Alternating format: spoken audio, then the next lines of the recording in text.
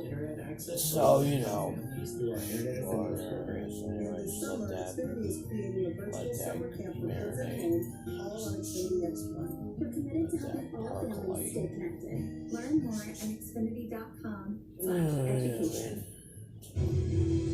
Second round. Joe She's Biden back. has some really good plans. Oh, she's COVID-19 was Trump's biggest test.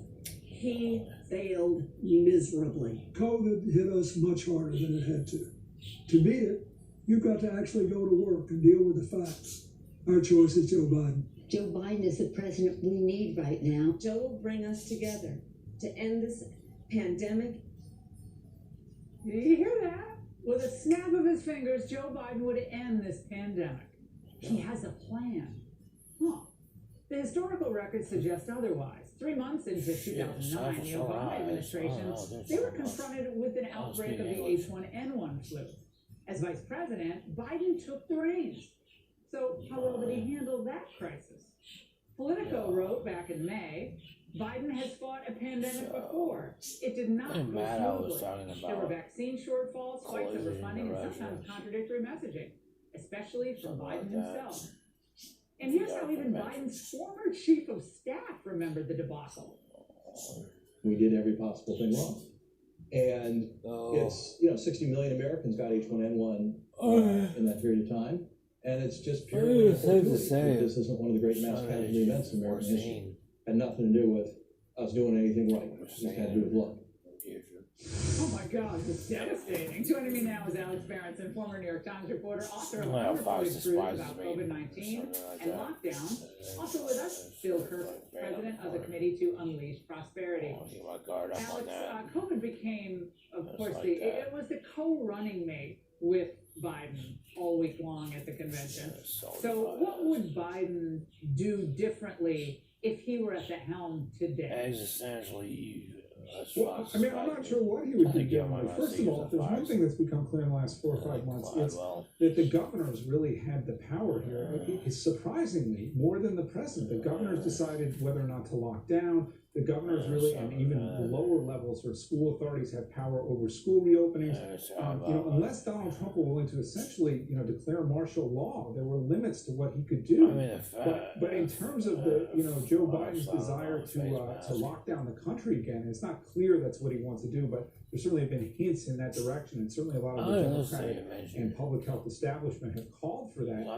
It's not at all clear that lockdowns would do any good. What we do know, and we actually now have sort of state-level unemployment data demonstrating this, is that lockdowns really devastate the economy. The states that locked down early and hard, whether or not they were hit hard by the pandemic, have terrible unemployment rates and job losses. And states like Arizona and Texas that didn't lock down nearly they've had some spikes in the last 6 or 8 weeks, have done much better economically. So I have no idea what Joe Biden thinks he would do, or what the people around him think he would do. All I know but it is you really can't is a live in case of pain I'm in from the the government and I'm here to help. state. It's very It's hard not to the see Western that philosophy more way action to live did more in to help. West. Yeah, well, he said one thing, a national mask mandate. But Zeke Emanuel and all these other people who were advising, I mean, they were all heralding Europe's lockdown for longer strategy, which also seems to backfire given all the new cases in Europe. Now, gentlemen, here's another trick. To be to say that you taking off in can't Spain, live that way 26,000 new cases a day in Europe. Last I checked. hypocritical.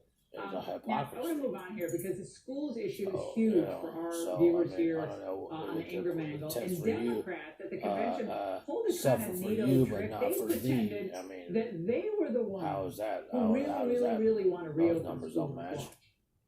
You don't know if your child's school is going to reopen this fall. Parents are stuck. No idea when schools can safely reopen, and even fewer childcare options. We'll make sure our schools have the resources they need to be open, safe, and effective. Bill Kirkman, we were screaming laughing in the studio here when they started doing this. Thoughts? Well, look, I mean, this has been an almost purely partisan issue for months now, with Republicans led by President Trump, and the science and the facts saying children should be in schools, and the Democrats, led by the teachers' unions, making demand after demand after demand why they can't be and they won't be, and they need to defund charter schools and the police and have welfare for illegal immigrants before they can go back to work. We've talked about it here on your show many times. So for Democrats to now turn around and say, hey, it's the Republicans' fault, I wish we could have you in school, is just an astonishingly brazen act of deception. They've clearly been the major impediment to children being in school, to listening to the facts, listening to the science. Every time one of these fake studies comes out, like this latest one from Mass General with children up to age 22, only has 3 asymptomatic children up to age 22 in the whole study. They push the headlines everywhere about silent spreaders. They hype every crazy anti-schooler argument to scare parents, to get schools to close. And then they turn around and say, oh, it's President Trump's fault the schools are closed, when he's been saying all along open. I mean, this is it's so infuriating to so many parents, because I think they actually have seen through the headlines on a lot of this stuff.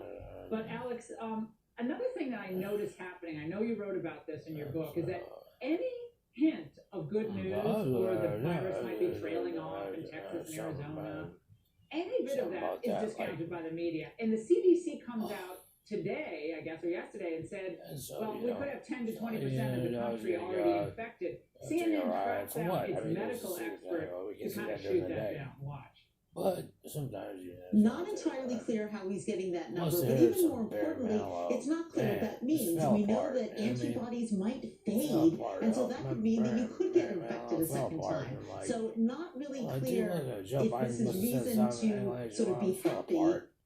No reason to be happy ever, Alex, right? We could never return to yeah. So, besides the extraordinary it's one of these things when cases it's just a random saying, that was all many stories about how ICU. You can't say that. You gotta be automatically say that accountability whatsoever. Accountability and things are like don't even use the same sense. You never use the same sense. On the Texas border and a couple places in Arizona. Now it's clear that the Sun Belt has managed its spike.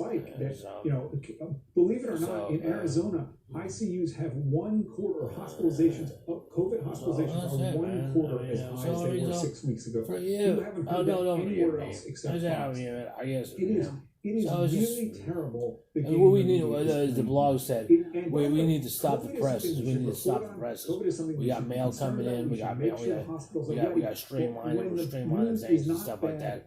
You may be able to be out court check. Well, it doesn't work for the political outcome most of them want, unfortunately. You have to push, as Alex always says, the panic porn morning and night in the media. Gentlemen, great to see you both tonight. Thanks so much.